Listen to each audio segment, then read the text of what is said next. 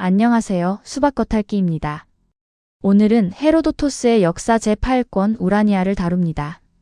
기원전 480년 여름부터 가을에 이르는 이 시기는 서양 고대사와 지중해 세계의 지정학적 구도를 영구적으로 뒤바꾼 결정적인 전환점입니다. 우리가 살펴볼 구간은 테르모필레 방어선이 무너진 직후부터 살라미스 해전이 발발하기 직전의 전야까지입니다. 단순한 군사적 후퇴의 기록이 아닙니다. 이 구간은 물리적 영토를 상실한 아테네가 국가의 본질을 바다 위의 함대로 재정해야 하는 뼈아픈 과정이자 모호한 종교적 신탁을 정치적 생존 전략으로 치환하는 한 지도자의 지적 역량, 그리고 각 폴리스의 이기주의가 충돌하는 극단적인 외교적 논쟁을 포괄하는 방대한 정치 사상적 텍스트입니다.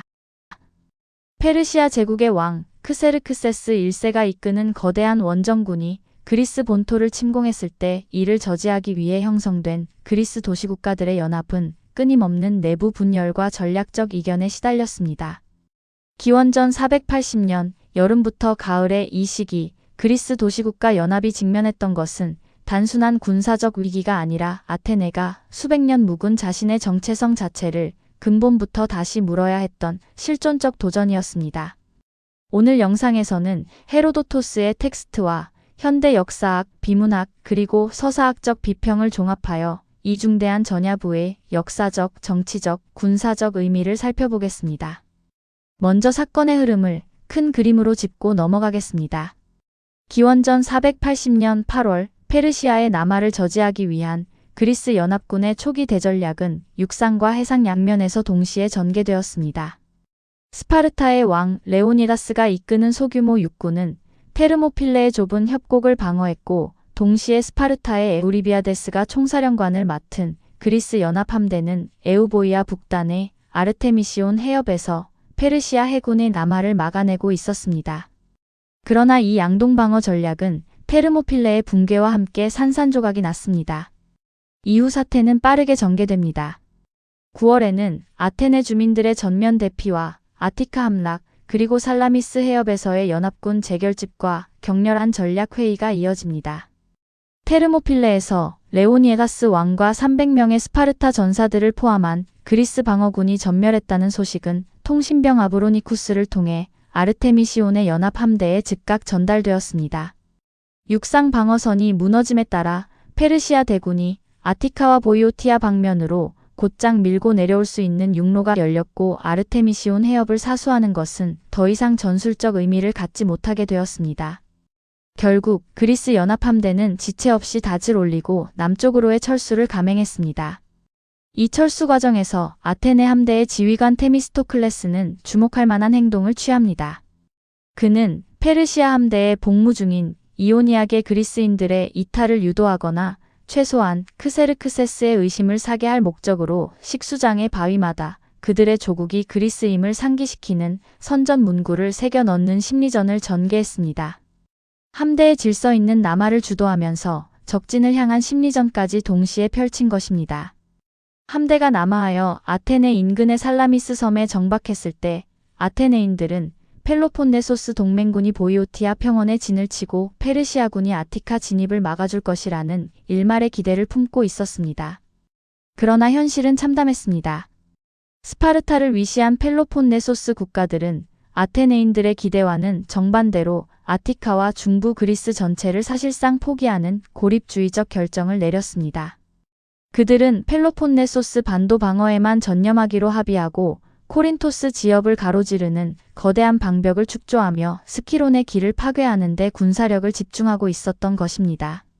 이러한 동맹국의 배신에 가까운 전략적 결정은 아테네를 완벽한 군사적 진공 상태이자 방어 불가능한 표적으로 전락시켰습니다. 아테네는 사실상 혼자였습니다. 동맹군의 지원이 끊긴 절망적인 상황에서 아테네가 선택할 수 있는 길은 도시의 물리적 영토를 버리는 것뿐이었습니다. 헤로도토스의 묘사에 따르면 아테네 지도부는 전 시민에게 각자 알아서 가족과 노약자를 안전한 곳으로 대피시키라는 긴급 포고령을 내렸습니다. 수만 명에 달하는 아테네 시민, 외국인 거류민인 메틱, 그리고 노예들이 가재도구를 챙겨 배에 올랐습니다. 비교적 이동이 용이한 여성과 어린이들은 아르고스 해안의 트로이젠으로 주로 대피했으며 일부는 살라미스와 아이기나 섬으로 거처를 옮겼습니다. 그리고 남성들은 무기를 들고 테미스토클레스가 건조해둔 200척의 갤리선에 승선하여 최후의 일전을 준비했습니다. 조상들의 무덤과 수호신들의 성소가 적의 불길에 유린당하도록 방치하는 것은 당대 그리스인들의 도덕적, 종교적 관념에서 엄청난 죄책감과 공포를 유발하는 행위였습니다. 그럼에도 아테네는 이 고통스러운 단절을 스스로 선택했습니다. 이 과정에서 델포이 신탁의 나무 성벽을 아크로폴리스의 가시나무 울타리로 오판한 소수의 전통주의자들과 사제들만이 도시에 남아 결사항전을 시도했습니다. 기원전 480년 9월 중순 아테네에 무혈입성한 페르시아의 장군 마르도니오스와 크세르크세스의 군대는 아크로폴리스 수비대를 잔혹하게 학살하고 신전과 성소들을 모조리 약탈한 후 아테네 시가지 전체를 불태워버렸습니다. 독일어로 페르세르슈트, 즉 페르시아의 잔해라 불리는 이 파괴의 흔적은 오늘날 고고학적으로도 확인됩니다. 아테네인들이 훗날 전쟁이 끝난 뒤 무너진 신전의 잔해를 새 성벽 안에 일부러 끼워 넣은 것은 이 트라우마를 영원히 기억하겠다는 의지의 표현이기도 했습니다. 이 파괴는 아테네인들에게 돌이킬 수 없는 물질적, 정신적 상흔을 남겼습니다. 여기서 우리는 매우 흥미로운 역사학적 논쟁에 맞닥뜨립니다. 헤로도토스는 이 극적인 피난의 과정을 동맹군의 배신으로 인해 촉발된 임기응변적이고 다급한 긴급 대피로 서술합니다. 그런데 1959년 그리스 아르고스의 작은 마을 트로이젠의 한 커피하우스 뒤편에서 고고학자 마이클 제임슨에 의해 발견된 트로이젠 비문은 이 전통적인 역사적 합의에 격렬한 논쟁을 불러일으켰습니다. 기원전 3세기 전반의 글씨체로 대리석 스텔라에 새겨진 이 비문은 테미스토클레스가 제안한 민의 포고령의 형태를 띠고 있으며 놀랍게도 그 내용의 발동 시점이 테르모필레 전투나 아르테미시온 해전 이전인 기원전 480년 6월경으로 추정됩니다. 비문에 따르면 아테네는 이미 페르시아의 대군이 당도하기 훨씬 전부터 도시의 수호신인 아테나에게 영토를 맡기고 전 시민을 트로이젠과 살라미스로 대피시키며 모든 남성을 200척의 함대에 승선시켜 해상 결전을 준비하겠다는 국가 단위의 대전략을 수립해 놓고 있었다는 것입니다. 물론 이 비문의 텍스트가 기원전 3세기, 즉 항마케도니아 여론을 위해 조작 내지 윤색되었을 가능성도 농후하다는 것이 학계의 시각입니다. 그러나 핵심적인 대전략의 존재 자체는 점차 인정받는 추세입니다. 만약 비문이 담고 있는 초기 계획의 핵심 뼈대가 진실이라면 테르모필레와 아르테미시온에서의 전투는 결코 전쟁을 끝내기 위한 전면전이 아니라 아테네 주민들이 피난할 시간을 벌기 위한 전술적 지연전에 불과했다는 결론이 도출됩니다. 이는 테미스토클레스가 이미 전쟁 초반부터 아티카를 희생시키고서라도 살라미스라는 좁은 해협으로 적을 끌어들여 해군력으로 승부를 보겠다는 경이로운 선견지명을 보유하고 있었음을 의미합니다. 헤로도토스의 내러티브는 당대 사람들의 극심한 절망과 공포라는 심리적 현실을 탁월하게 재현해냈지만 국가 권력이 주도한 은밀한 거시 전략의 궤적을 온전히 추적하지는 못했을 여지가 있는 것입니다. 이제 아테네가 도시를 포기한 결정이 단순한 전술적 후퇴를 넘어 어떤 거대한 역사적 의미를 품고 있었는지 세 가지 측면에서 살펴보겠습니다. 영토의 포기에서 해양 민주주의와 시민 공동체로의 전환입니다. 아테네가 적의 대군 앞에 수백 년간 삶이 터전이었던 영토를 스스로 포기하고 바다로 나아간 결정은 단순한 전술적 후퇴가 아니었습니다. 이는 고대 그리스 문명, 특히 아테네의 정치적, 사회적, 군사적 성격을 근본적으로 개조한 거대한 역사적 실험이었습니다. 가장 중대한 철학적, 정치적 의미는 폴리스라는 개념 자체의 재정의에 있습니다. 전통적인 그리스적 사고방식에서 폴리스는 성벽, 아고라, 아크로폴리스의 신전, 그리고 경작지로 이루어진 구체적이고 물리적인 공간, 즉 영토와 떼어놓고 생각할 수 없었습니다. 영토의 상실은 곧 국가의 소멸과 부족의 해체를 의미했습니다. 그러나 테미스토클레스가 주도한 기원전 480년의 피난 결의는 이러한 전통적 관념을 산산조각 내었습니다. 그는 국가의 본질이 흙이나 건물이 아니라 그곳에 살며 정치적 연대를 공유하는 시민들의 공동체라는 혁명적인 사상을 실천에 옮겼습니다. 살라미스 해전에 참전하기 위해 나무로 만든 갤리선에 빽빽이 승선한 아테네 시민들은 배를 곧 떠다니는 영토이자 이동하는 민회로 삼은 것입니다. 훗날 아리스토텔레스가 정치학에서 국가는 영토가 아니라 정치체제에 참여하는 시민들의 집합이라고 논리화했던 그 파격적인 관념이 살라미스 결전의 전야에 아테네의 200척 전함 위에서 최초로 물리적 실체를 갖추게 된 것입니다. 코린토스의 장군 아데이만토스가 너는 땅이 없으니 발언권도 없다라고 비난했을 때 우리는 200척의 전함이 있으니 헬라스 어느 곳보다 더 큰 도시를 가졌다라고 맞받아친 테미스토클레스의 일갈은 이러한 형이상학적 전환을 완벽히 대변합니다. 군사적 관점에서 함대로의 국가 이주는 아테네 사회 구조의 근본적인 역학을 뒤흔들었습니다. 기원전 490년 마라톤 전투 당시만 하더라도 전쟁의 주역은 스스로 무구를 갖출 수 있는 재력을 지닌 중산층 이상의 중장 보병이었습니다. 이들이 국가 방위의 중추였기에 정치적 권력 역시 엘리트와 중장 보병 계급에 집중되어 있었습니다. 그러나 테미스토클레스가 라우리온 은광의 거대한 잉여 수익을 시민들에게 분배하는 대신 200척의 갤리선을 건조하는 데 전액 투입하도록 설득하면서 상황은 급반전되었습니다. 갤리선의 3단로를 젓는 고된 노동은 스스로 무장할 재력이 없었던 아테네의 최하층 무산자 계급인 테테스의 몫이 되었습니다. 살라미스 해전은 육지에서 창과 방패를 부딪히는 귀족적 전투가 아니라 한 척당 170명 이상의 노자비가 완벽한 타이밍과 근력으로 배를 추진시켜 적함의 옆구리를 들이받는 고도의 노동 집약적 해전이었습니다. 도시를 포기하고 전 국민을 배에 태웠다는 것은 국가의 구원과 운명이 중장보병이 아니라 6만 명이 넘는 가난한 테테스 계급에 노젓는 팔뚝에 달려있음을 전 세계에 공표한 것과 같았습니다. 살라미스 해전에서 테테스들이 이룩한 압도적인 승리는 이들의 정치적 자의식을 폭발적으로 고양시켰습니다. 전후 이들은 국방에 기여한 자신들의 피와 땀을 근거로 동등한 정치적 권리를 강력히 요구하게 되며 이는 훗날 아테네가 귀족주의적 잔재를 벗어던지고 페리클레스 시대의 급진적 민주주의와 해양 제국주의로 팽창해 나가는 핵심 동력이 되었습니다. 당시 전력의 격차를 직접 살펴보겠습니다.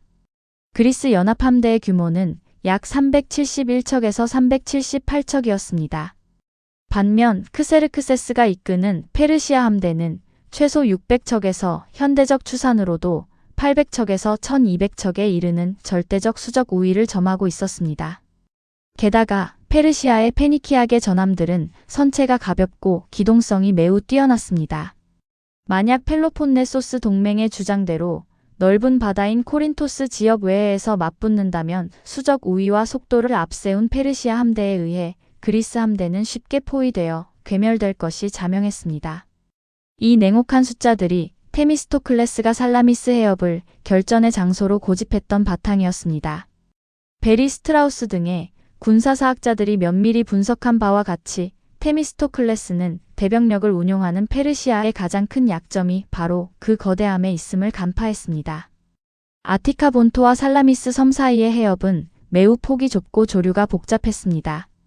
이 비좁은 지형으로 페르시아 대함대를 유인해낸다면 페르시아군은 자신들의 수적 우위를 전혀 살리지 못한 채 좁은 공간에서 서로 엉키고 부딪히는 혼란에 빠지게 될 것이었습니다. 더욱이 무겁고 견고하게 건조된 그리스의 전함들은 좁은 공간에서의 백병전과 충파 전술에 훨씬 유리했습니다. 또한 전략적 측면에서도 코린토스 지역에서 방어선을 구축하겠다는 스파르타의 계획은 치명적인 허점을 안고 있었습니다. 해상을 통제하지 못한 채 육상에 아무리 길고 튼튼한 장벽을 쌓아봤자 제해권을 장악한 페르시아 해군이 펠로폰네소스 반도의 후방 해안 어디든 마음대로 육군을 상륙시키면 그 방벽은 무용지물이 될 수밖에 없기 때문입니다. 테미스토클레스의 살라미스 고집은 단순히 아테네 피난민들을 보호하려는 지역적 이기주의가 아니라 연합군 전체의 군사적 생존을 담보하는 유일하고도 가장 합리적인 전술적 판단이었습니다. 마라톤 전투에서 중장보병 중심의 육상 전투가 그리스를 구했다면 살라미스에서는 테테스 계급이 이끄는 함대 중심의 해상 전투가 그리스를 구해야 했습니다. 국방 패러다임의 완전한 전환이 이루어진 것입니다. 이제 이야기의 또 다른 축으로 넘어갑니다. 델포이의 모호한 예언이 어떻게 한 지도자의 손을 거쳐 대전략의 명분으로 탈바꿈했는가의 문제입니다. 고대 그리스 사회에서 델포이의 신탁은 폴리스의 운명을 좌우할 전쟁과 평화의 중대사를 결정짓는 최종적인 종교적 권위이자 거대한 정보 네트워크였습니다. 그러나 아폴론의 여사제가 내뱉는 예언은 헥사미터 운문으로 포장된 채 본질적으로 다의적이고 모호한 수수께끼였으며 이를 해석하고 대중을 설득하는 과정은 고도의 지적 투쟁이자 정치 역학의 산물이었습니다. 페르시아의 거대한 육해군이 침공을 시작하자 아테네는 극도의 패닉 속에서 델포이의 사절단을 파견했습니다. 첫 번째 신탁의 내용은 아테네의 멸망을 선고하는 종말론적 저주였습니다. 불행한 자들아, 어찌하여 여기에 앉아 있는가? 너희의 집과 둥근 도시의 높은 곳을 떠나 세상 끝으로 도망쳐라. 머리부터 발끝까지 온전한 곳이 하나도 없으리라. 절망에 빠진 사절단이 탄원자의 나뭇가지를 들고 다시 신전에 엎드려 자비를 구하자 여사제 피티아는 약간의 여지를 남긴 두 번째 신탁을 내렸습니다.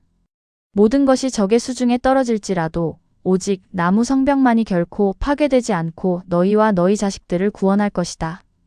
오, 거룩한 살라미스여, 너는 파종기이든 수확기이든 여인들의 자식들을 멸망시킬 것이다. 아테네 민회에서 이 신탁이 낭독되자 시민들 사이에서는 격렬한 해석 논쟁이 촉발되었습니다. 보수적인 엘리트층과 전통적인 직업적 신탁 해석가들인 크레스몰로고이는 이 구절을 문자 그대로 해석했습니다.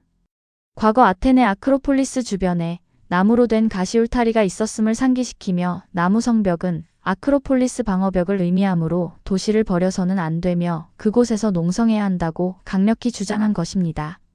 반면 아테네 해군력 증강의 강력한 옹호자였던 테미스토클레스는 이 모호한 텍스트를 해상결전이라는 자신의 오랜 지론을 정당화하는 논리적 도구로 역이용했습니다. 그는 나무 성벽이 요새의 울타리가 아니라 최근 건조된 200척의 나무 전함들, 즉 함대를 은유하는 것이라고 선언했습니다. 그의 논리적 설득, 즉 소피스트적 수사학의 백미는 신탁의 마지막 구절에 대한 언어학적 분석에 있었습니다. 테미스토클레스는 민회 앞에 서서 만약 살라미스에서 죽을 여인들의 자식이 그리스인들을 가리키는 것이라면 아폴론 신은 결코 그곳을 거룩한 살라미스라고 부르지 않았을 것이며 필연코 끔찍한 살라미스 또는 가혹한 살라미스라고 칭했을 것이라고 반박했습니다. 따라서 신이 파멸을 예언한 대상은 아테네인이 아니라 적국 페르시아 군대라는 것이었습니다. 아테네의 민중은 절망적인 농성을 촉구하는 해석가들보다 능동적인 결전을 약속하는 테미스토클레스의 정치적 해석을 더 훌륭한 조언으로 받아들였습니다. 현대 역사학계는 이 일련의 과정에 대해 매우 흥미로운 2차적 통찰을 제공합니다. 당시 델포이 사제단은 광범위한 지중해 전역의 정보망을 통해 페르시아 대군의 압도적인 규모를 이미 파악하고 있었으며 파멸을 피하기 위해 그리스가 페르시아에 굴복해야 한다는 친페르시아적 노선을 견지하고 있었다는 것입니다. 일각에서는 정치적으로 교활했던 테미스토클레스가 델포이 사제단에게 마쿠 협상을 통해 자신의 해군 정책에 부합하는 절묘한 나무 성벽이라는 두 번째 신탁을 의도적으로 끌어냈다고 의심하기도 합니다. 결과적으로 델포이의 예언은 초자연적인 선견지명이 아니라 인간 군상의 심리를 지배하고 자신들의 행동 방향을 정당화하기 위한 고도의 정치적 도구로 작동했습니다. 테미스토클레스는 신탁이 지닌 언어적 모호성을 파고들어 대중의 종교적 공포를 극복하고 국가의 총력을 바다로 향하게 하는 강력한 명분을 만들어낸 것입니다.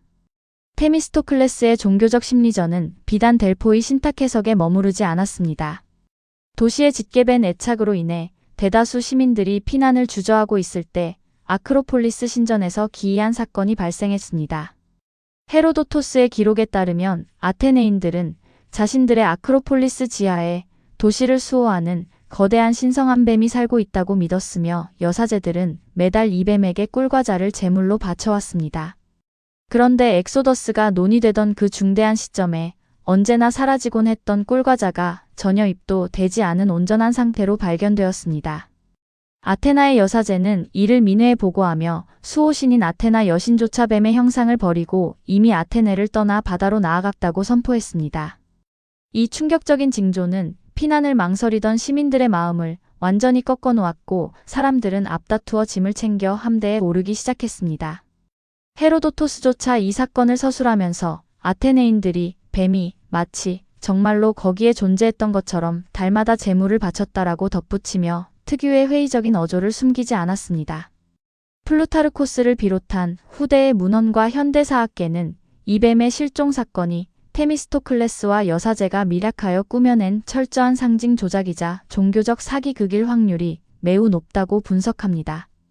테미스토클레스는 대중이란 차가운 군사적 논리나 지정학적 전략만으로는 움직이지 않으며 그들의 발걸음을 돌리기 위해서는 여신이 직접 그들을 이끌고 있다는 시각적이고 종교적인 징후가 필수적임을 꿰뚫어보고 있었습니다.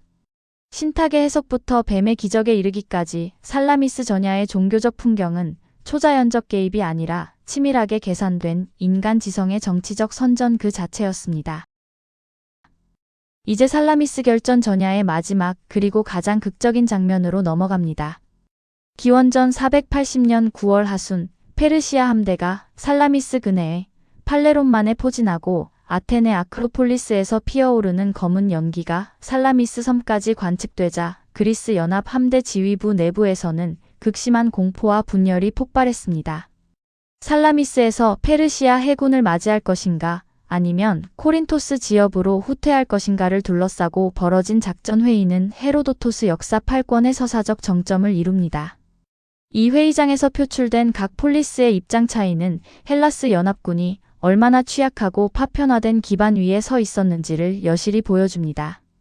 그리스 연합 함대 378척 중 절반에 가까운 180척을 아테네가 단독으로 제공하고 있었음에도 불구하고 총사령관 직위는 지상군의 맹주인 스파르타의 에우리비아데스가 맡고 있었습니다. 이는 펠로폰네소스 국가들이 아테네의 지위를 거부했기 때문이었습니다. 코린토스의 아데이만토스는 펠로폰네소스 반도 국가들의 방어적이고 지역 이기주의적인 입장을 가장 극렬하게 대변했습니다. 그는 도주로가 막혀있는 좁은 살라미스 섬에 머무는 것은 전멸을 자초하는 도간에 든 쥐와 같다고 판단하며 함대를 코린토스 지역으로 신속히 물려 지상에서 방벽을 쌓고 있는 보병들과 연계하여 펠로폰네소스 본토를 수호해야 한다고 강력히 주장했습니다.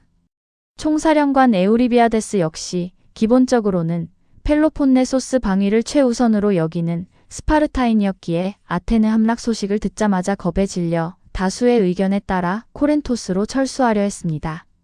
그러나 함대의 절대 다수를 차지하는 아테네가 이탈할 경우 그리스 전체의 해군력이 붕괴될 것이라는 두려움 때문에 테미스토클레스의 협박 앞에서 결정을 끊임없이 번복했습니다.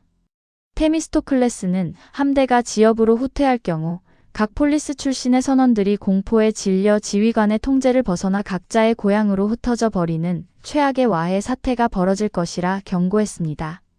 또한 함대가 남하하면 페르시아 육군 역시 함대를 따라 남하하여 결과적으로 적을 펠로폰네소스의 문 앞까지 끌어들이는 꼴이 될 것이며 당장 메가라와 아이기나 살라미스의 은신한 가족들이 학살당할 것임을 호소했습니다. 회의가 지연되고 긴장이 고조되면서 논쟁은 치열한 인신공격으로 비화했습니다. 코린토스의 아데이만토스는 테미스토클레스가 다시금 살라미스 잔류를 강력히 촉구하자 너는 조국을 잃은 자이니 침묵하라. 발언권과 투표권을 행사하고 싶다면 먼저 돌아갈 도시부터 증명해 보이라며 아테네의 함락을 노골적으로 조롱했습니다. 고대 그리스 사회에서 영토와 국가를 상실한 자는 정치적 발언권조차 인정받지 못하는 떠돌이 민중으로 취급되었습니다. 그러나 테미스토클레스는 이 모욕을 오히려 그리스 연합을 협박하는 무기로 삼았습니다. 그는 물론 우리에게는 돌로 된 성벽은 없다. 하지만 우리에게는 중무장하고 완벽히 준비된 200척의 전함이 있다. 이 전함들이 있는 한 헬라스의 그 어떤 국가보다 우리의 땅과 도시는 더 크다라며 자신의 진정한 군사력을 과시했습니다. 이어 그는 에우리비아데스를 향해 연합군의 명운을 가르는 최후 통첩을 날렸습니다. 만약 펠로폰네소스 동맹이 살라미스를 포기하고 도주한다면 아테네인들은 즉각 그리스 연합군에서 완전히 탈퇴하여 가족들을 배에 태우고 이탈리아 남부의 비옥한 땅 시리스로 이주해 새로운 아테네 제국을 건설할 것이라는 위협이었습니다. 전체 함력의 절반이자 가장 정예화된 아테네 함대 없이는 펠로폰네소스 반도 역시 순식간에 페르시아의 먹잇감이 될 것임을 누구보다 잘 알고 있던 에우리비아데스는 이 가공할 협박 앞에서 결국 굴복하고 살라미스에서의 결전을 승인했습니다. 헤로도토스가 이 지난하고 긴장감 넘치는 지휘부의 논쟁을 무려 3차례나 반복되는 작전 회의와 함께 그토록 길게 서술한 데는 3가지 이유가 있습니다. 첫째는 서사적 긴장감의 극대화입니다.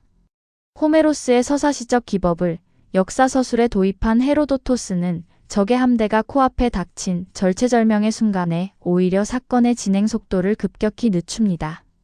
적의 압도적인 진격과 자중질환에 빠져 금방이라도 해체될 듯한 동맹군의 위태로운 모습을 교차 편집함으로써 독자로 하여금 이 오합지졸의 연합군이 과연 페르시아를 상대로 살아남을 수 있을 것인가 하는 극도의 심리적 팽팽함을 느끼게 만드는 것입니다.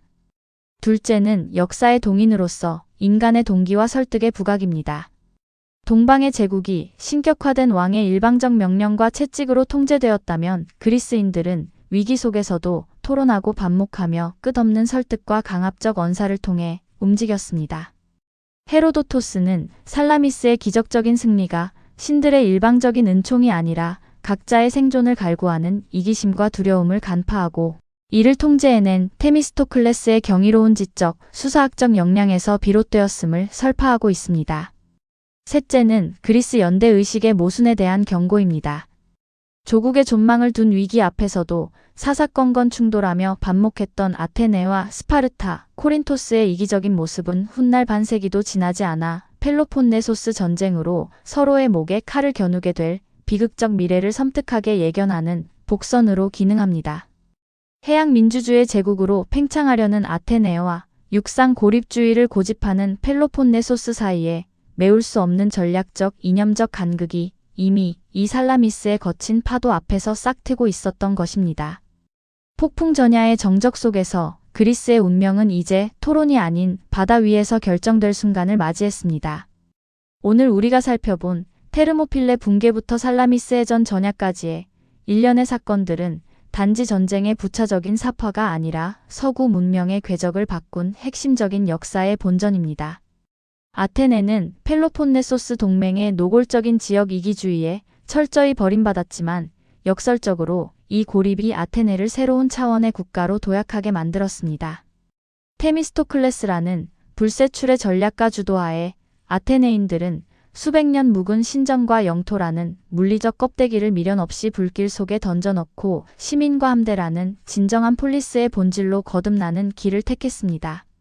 그 과정에서 델포이 신탁의 모호성과 신성한 뱀의 실종이라는 종교적 징조는 두려움에 떠는 보수적인 민중을 바다로 이끌기 위한 치밀한 정치적 상징 조작과 언어적 설득의 도구로 철저하게 소비되었습니다.